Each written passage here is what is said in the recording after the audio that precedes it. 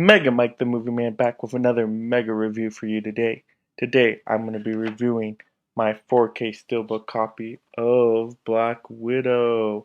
I'm going to be showing off the Steelbook, going over a movie review of Black Widow as well, so stay tuned for that. But first, make sure you subscribe to Mega Mike's the Movie Man channel. Just go ahead, hit that subscribe button right now so you don't forget. That way we can grow this fan film community on this channel. You guys know I like to give you daily content. We do movie reviews, out of the theater reactions, movie rankings, look over 4Ks, Blu-rays, steelbooks, slipcovers, collector, box editions, you name it, on this channel we cover it. So make sure you subscribe. Now to get into the review of Black Widow. We'll start with just taking a look at the steelbook. The steelbook itself is very nice. I got this one from Best Buy.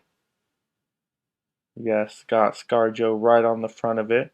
And then there are some decent special features on the back. You guys can kind of zoom in, take a look at that. There's a few making of interviews, documentary type style. So if you're into that, I know I enjoy those. There's a few of those on here. Not a whole bunch, but there's enough to make it worth it to get a physical copy.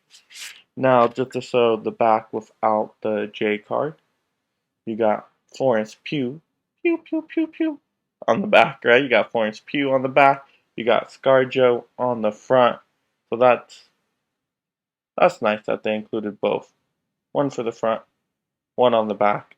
And then you can open the case. Oh, let me show off the spine first, though. Kind of Black Widow spine. Yeah, just very kind of simple.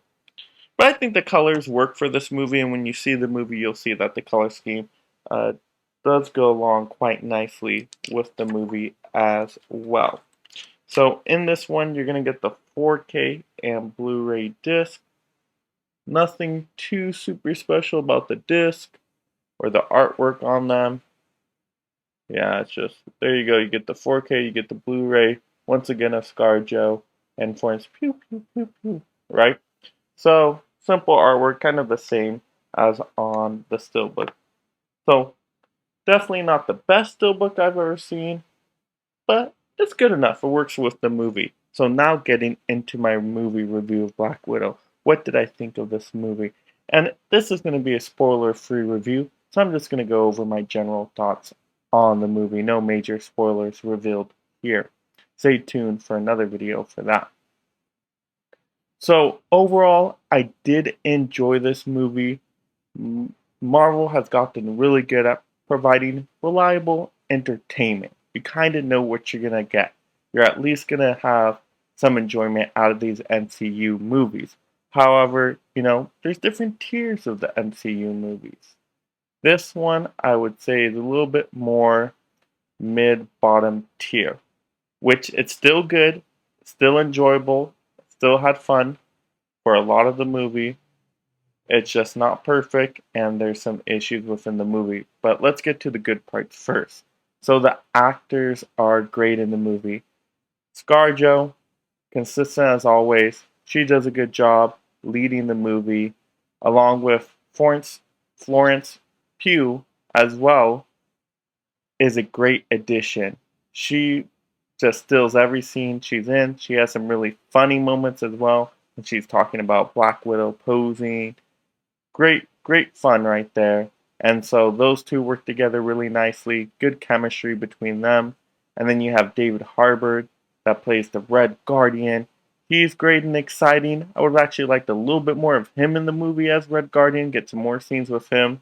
But for what he has, he does a good enough job. So that's where the movie stands out with the acting. Excellent, good chemistry. You got good set pieces, good landscapes, different locations, a lot of fun, action-packed sequences, but it's nothing very different or stuff you haven't seen before. If you've seen the Marvel movies before, you've seen a lot of superhero movies, you've seen basically these types of action sequences before. So if you're getting kind of tired of those just same old action sequences, even though they are great in the movie, It might get a little bit repetitive in this one, but they're well done. Now, where the movie suffers its biggest problem are going to be the villains of the movie. Wow, they dropped the ball on this one. These villains are definitely part of that lower MCU tier of villains. They are not that exciting, they're not compelling, they're not interesting, they're not menacing. They don't get a lot of backstory, not a lot of depth in the movie. They're not even in it for a lot of the movie. And so that's a major problem here. The villains just don't do it. A letdown. Definitely a letdown. But I know the MCU has had problems with having really fun, interesting, different villains. They've done it a few times with Thanos, Loki, but a lot of the times it's just not their main focus. They focus more on the heroes of the story. Also, this movie has some weird pacing issues.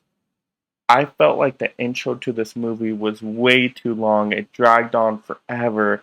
I just looked down at the time. I'm like, hey, when are we going to get to the main stuff and setting up the main story? Uh, the intro background story wasn't that interesting. So I think it drags there. You could have cut 20 minutes easily out of this movie, kind of sped up the pace. And so it does get a little paint by numbers in this movie. Like I said, if you've seen MCU movies here before, I don't think there's going to be anything in this movie that shock you. But like I said, it's a very reliable MCU movie, has its entertaining action sequences, does plug in a lot of comedic moments that give you, a quick laugh here and there.